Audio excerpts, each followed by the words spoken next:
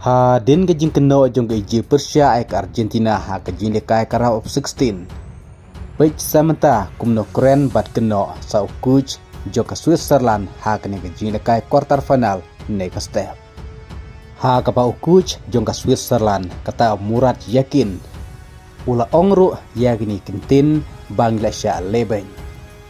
Bat kane ke jing keno jong ukuj jong ke Switzerland kata Murad Yakin kadai halo kecing yo red card jong Embolo. Kata nadu kaminit kebah new poar.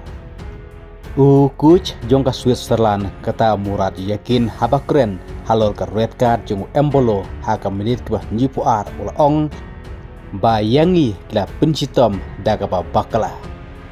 Ha kebah coach jong ka Switzerland kata Murad Yakin laong bakam don kano kadau kebah idei ban ai yellow card hakasin kebah yau Embolo.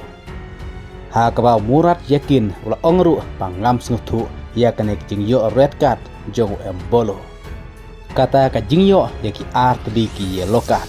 Namaru Embolo la yo yellow card ningkong haka menit ke saw.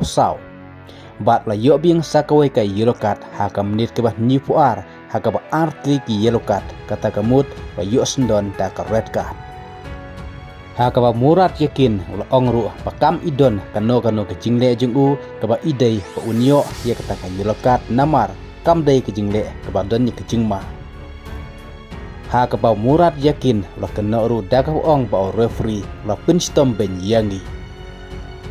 Ha kaba katkum na ke jingkeren jung ne coach jong ka Switzerland kata Murad Yakin ula ong pangam sngau menjur ya ke jingyo yelokat. Ha kasin kaba ar jong Embolo. Daka pakena ru bakum no referee la shime kene karai harga ka jing pej beni ling ba ka VAR hak ba yu sendon daka red card. Ha ka ba coach jong ka Switzerland kata Murad Yakin loong ba watla pidon hak ling jong ka Argentina re hak jile kai ka panggil stangi jile kai tek ba coach ba suba kum taru ngempoi perkat Bangladesh pensitom daka jingle ka ba bakla.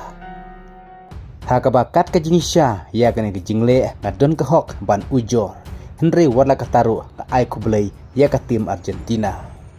Namar ba ka Switzerland ngadu ke menit ba new puar ke hapen lekai no tang ship hongut ki player na ke jingyo red card no jong Embolo.